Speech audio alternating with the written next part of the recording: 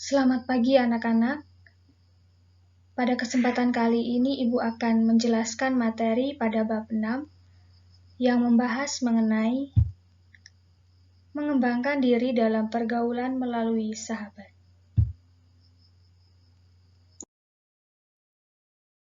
Sebelum kita memulai materi kali ini, terlebih dahulu kita berdoa. Dalam nama Bapa dan Putra dan Roh Kudus. Amin. Selamat pagi Tuhan Yesus. Puji dan syukur senantiasa kami haturkan kepadamu, karena Engkau selalu memberikan rahmat cinta kasih-Mu kepada kami semua. Tuhan, sebentar lagi kami akan memulai materi. Kiranya Engkau sertai dan Engkau bimbing kami semua, agar apa yang kami pelajari dapat kami mengerti. Doa ini kami haturkan kepadamu dengan pengantaran Kristus Tuhan kami. Dalam nama Bapa dan Putra dan Roh Kudus. Amin. Materi yang Ibu bahas mencakup 4 hal, yakni pertama, pengertian bersahabat. Kedua, manfaat bersahabat. Ketiga, faktor pendukung dan penghambat bersahabat. Dan yang terakhir, arti sahabat sejati berdasarkan kitab suci. Di sini Ibu mempunyai 2 gambar tentang arti seorang sahabat. Pada gambar pertama menunjukkan di mana mereka ini saling memberikan rasa bahagia. Mereka tertawa, mereka memberikan sukacita. Terlihat mereka saling memberikan rasa nyaman antara satu dengan yang lainnya. Kemudian pada gambar yang kedua, mereka selalu bersama. Ada rasa peduli antara satu dengan yang lain ditunjukkan dengan saling tolong-menolong ketika yang satu membutuhkan. Tentunya di dalam hidup kita tidak asing dengan apa itu sahabat. Nah, berdasarkan gambar yang Ibu berikan tadi, sebenarnya apa sih yang dimaksud dengan sahabat?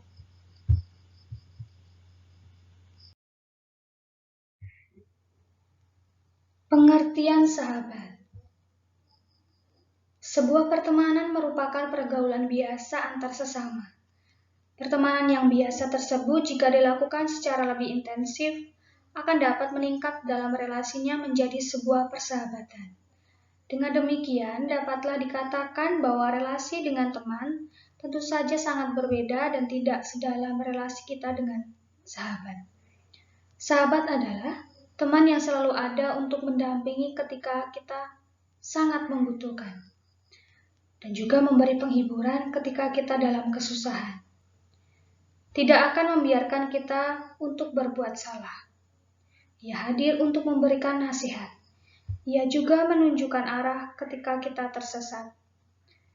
Dia bersedia menerima kita apa adanya.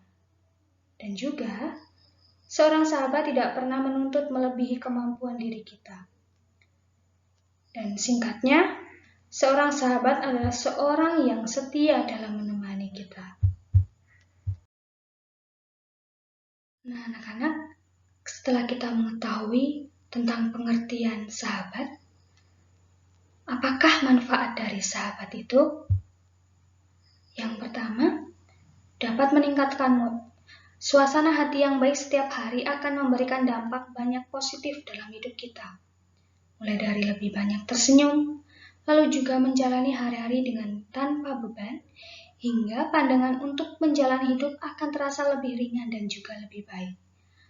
Orang akan merasa lebih bahagia dan senang dengan adanya sahabat. Lalu dampak atau manfaat yang kedua ialah dapat menurunkan stres dan depresi. Seorang sahabat sangat penting dalam menjaga mental seseorang. Mempunyai sahabat akan membuat seseorang menjadi lebih tidak kesepian dan juga tidak sendirian. Karena rasa yang menyendiri dan kesepian akan berdampak pada resiko dengan mempunyai banyak pikiran. Sehingga akan dapat depresi. Memiliki sahabat akan mampu melepaskan rasa stres, penat, sedih, dan juga tertekan. Karena seorang sahabat akan selalu ada dan menghibur dan juga meringankan beban pikiran. Lalu, manfaat yang ketiga yakni meningkatkan rasa percaya diri dan menghargai diri sendiri.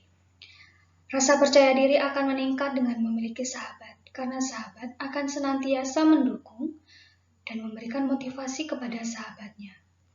Sehingga dalam diri seseorang dapat menghargai dirinya sendiri. Dan dia akan merasa bahwa dirinya memanglah sangat berharga. Keempat, seorang sahabat selalu ada saat dibutuhkan.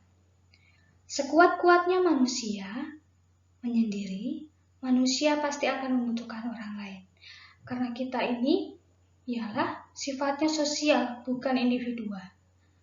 Ketika merasa terjatuh, lalu membutuhkan dorongan atau pertolongan dan merasa tidak memiliki semangat, seorang sahabat akan datang untuk memberikan kekuatan.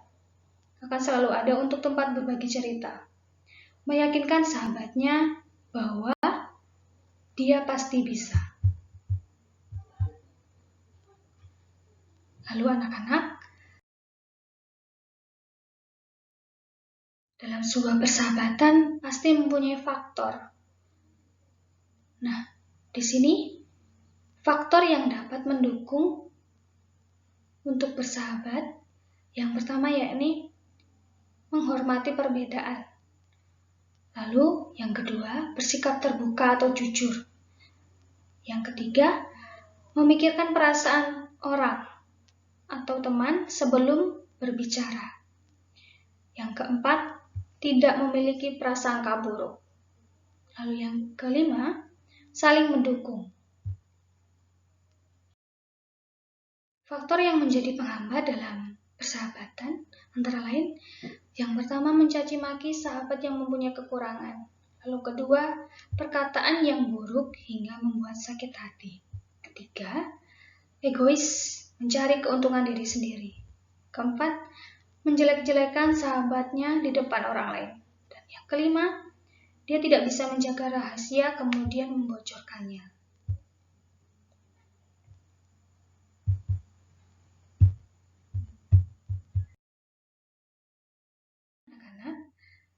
Berdasarkan ajaran kitab suci pada kitab 1 Samuel, bab 18 ayat 1 sampai dengan 4 dan juga dilanjutkan bab 20 ayat 1 sampai 43 mengenai persahabatan. Pada kitab ini berisi tentang kisah persahabatan sejati antara Daud dan Yonatan.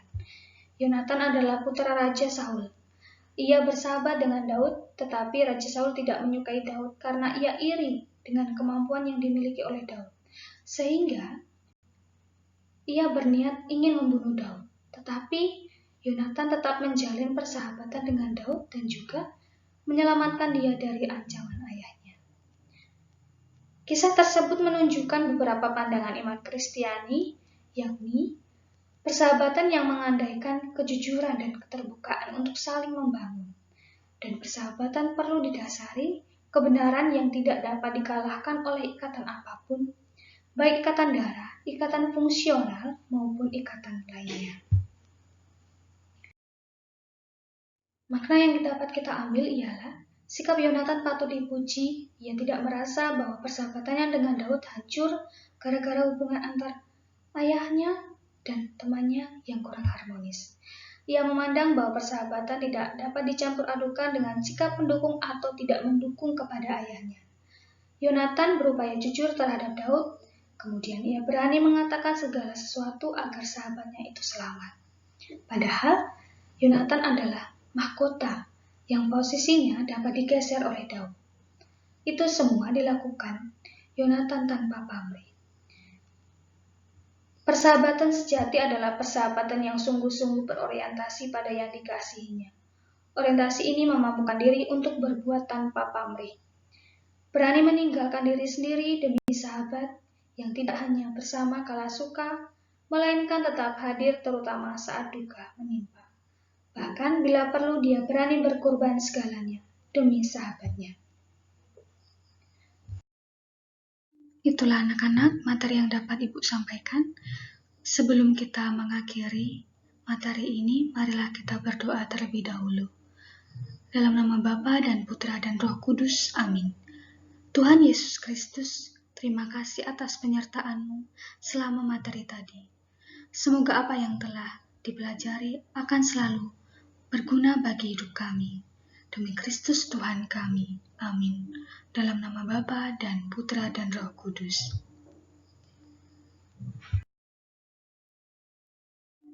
Anak-anak, sekian yang dapat Ibu sampaikan. Ibu ucapkan terima kasih dan selamat pagi.